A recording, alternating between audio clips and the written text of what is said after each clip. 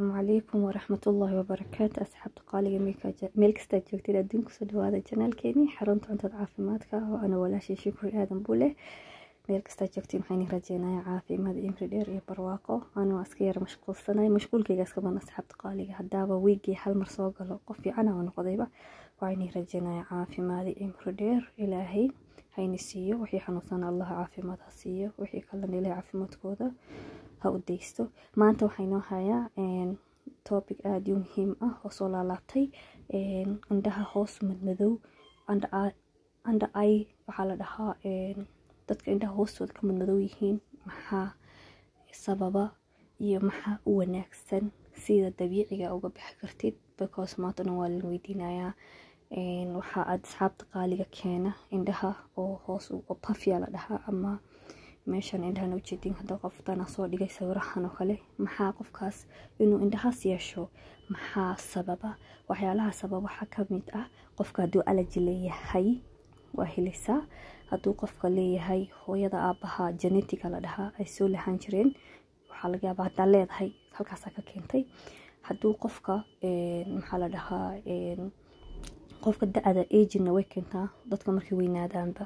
kor 30 u dhaafaan iyo way helaan laakiin hadda ka yar tahay adiga haysatid waxyaalaha keenayo ku sheegnay waxa laga yaabaa in hooyada aabaha ka dhaxashay waxyaalaha keena asxaabta qaaliga waxa weeye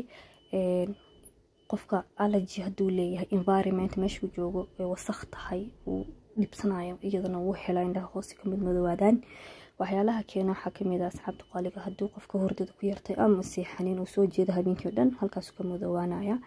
hadii oo qofkaas uu jirkiisa qalalan yahay adigana waa helaysaa indhaha meeshan hoos ka madmadowaanaysa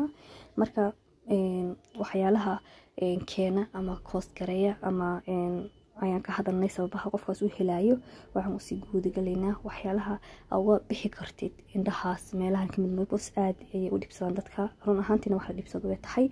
dadka dhixta si kasta qaar makeup ku qariya qaar maanta dhan wax sameynayo ma baabaan waa loo jeeda first qofka marka aragtid waa helaysaa ilmo yar oo iska lehna waa arkay ilmahaas waxa laga yaabaa inay waxyaalo ka dhacsan yihiin waxyaalaha kale keenana waxa kamid ah asxaabta qaaliga ilaawi vitaminyaasha ka dhacsan vitaminyaasha dhan ma vitaminyaal u qaas ah ay weeye vitamin A haduu ka dhacsan yahay helaysaa E-ga D-da K-da B12 iyo iron-ka intaas vitamin ma vitaminada kale intaas vitamin 6daas vitamin hadii ka dhacsan tahay andama ay waa helaysaa indhaha hoostooda waa ka madoowaanaya la socda asxaabta qaaliga marka waa ka dhinaca vitaminadana waa inii sheegay waa inii taabtay dhinaca kalena waa ka hadalnay hadda si gudu baxdaysa hadii aad marsatid kareemadan gabadha gacanta ku haysan naga hayno indhaha la marsadaa waa ka baaba'ayaan maxaan ka helayaa hadan kareenkan ice cream kala dhaho aan mariyo way ka baabi'inaysaa qaleelka ay ka baabi'inaysaa indhaha madmadowga ay ka baabi'inaysaa vitaminada oo ka soo jiraan iidiya ku jirto inuu ilmaha meeshaas badan dadka sensitive ay yihiin sensitive ay ka dhimanaysaa meeshaas waxay kaaga dhigaysaa moisturizer waxa laga yaabaa qoyaan ayuu helayaa duubkii ayuu ka baabi'inayaa line-ka ku jiro ay meeshaas madowga indhaha hoostooda way ka dhamaanaysaa soo marka aad ayuu muhiim tahay inaan isticmaalno under eye creamada loogu talagalay hadaba indha madow tahay oo indhahaas ay ku madow yihiin hadaa xitaa lahayn waa isticmaali kartaa wax dhib ma laha aniga waa isticmaalaa mana lihi soo marka asxaabta qaaliga waxaan rajeynayaa inaa marka asxaabta qaaliga kareemadaas doono marso waxaas la leenkaas duubka qaleelka sensitive-ka madowga kulli way dhamaanaysaa waa laga hubaa saas qofka noqonaya marka saas waxa markii dambe saas gabadha indhaheeda noqonaysa sida waxa way oo dabiici kaaga dhamaanayso kareenkaas le hoos ka marsanaysa habeenkii even subaxdii marsan kartaa inta aysan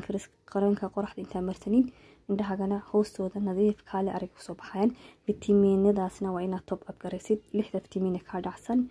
untid jirkaaga hadhow sidoo u noqdo balance garasna korkiina waa ka hagaajinaysa hoosti afkiina wax qaadanaysa soo marka dhixda vitaminada ka dhacsan yihiin ogeyn vitaminada kale oo indhaha hoos ka madow yahay waana la soo xiriiri kartaa vitaminada dadka wax qaadna waa ka jegarayna waa laga fiirnayaa kareenkaaga hadhow si marsanaysa kaale arag dhibaato ma jirto adduunka waa la hormaray hal meel mala taagno soo marka waxaan dhahayaa sheegareeya dad badan oo arkay dhibaatada qabto intaas noo imaadana ka caawinay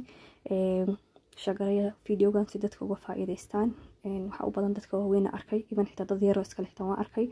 marka bakhiiliin ha noqon asxaabta qaaliga ah waxaan dhihi lahaa si sheegareeya like gareeya na dhiirigeliya أنا بيزا وتصوير مركز تويني سو سمينا فيديو مهيش نغلس عتين وحرمت عن العافماتك والسلام عليكم ورحمة الله.